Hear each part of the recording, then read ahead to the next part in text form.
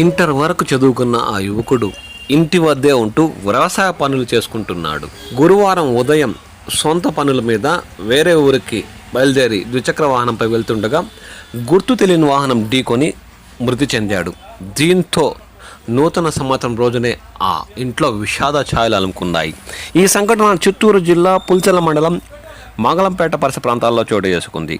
పుల్చెల మండలం మంగళంపేట పాపిరెడ్డి గారిపల్లి మార్గంలో గురువారం ఉదయం గుర్తు తెలియని వాహనం ఢీకొని ఓ యువకుడు మృతి చెందిన సంఘటన కలకలం రేపింది.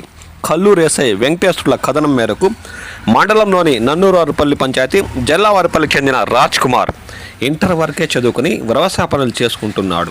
గురువారం ఉదయం రాజ్ కుమార్ స్వగ్రామం నుంచి ద్విచక్ర వాహనంలో పాపిరెడ్డి గారిపల్లి మార్గంలో బాకరపేటకు వెళ్తుండగా మంగళంపేట సమీపంలో గుర్తు తెలియని వాహనం ఢీకొంది. స్థానికుల సమాచారంతో 108 వాహనంలో ఛత్రగాతుడిని ఎల్లంకివరపల్లి ప్రభుత్వ వైద్యశాలకు తరలించారు.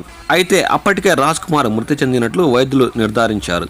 పోలీసులు రాజ్ కుమార్ మృతదేహాన్ని పోస్టుమార్టం నిమిత్తం పీలరు ప్రభుత్వ ఆసుపత్రికి తరలించి కేసు నమోదు చేసి దర్యాప్తు చేపట్టినట్లు కల్లూరు పోలీసులు పేర్కొన్నారు. దీంతో పుల్చెల మండలంలోని మంగళంపేట పరిసర ప్రాంతాల్లో విషాద ఛాయలు అలుముకున్నాయి.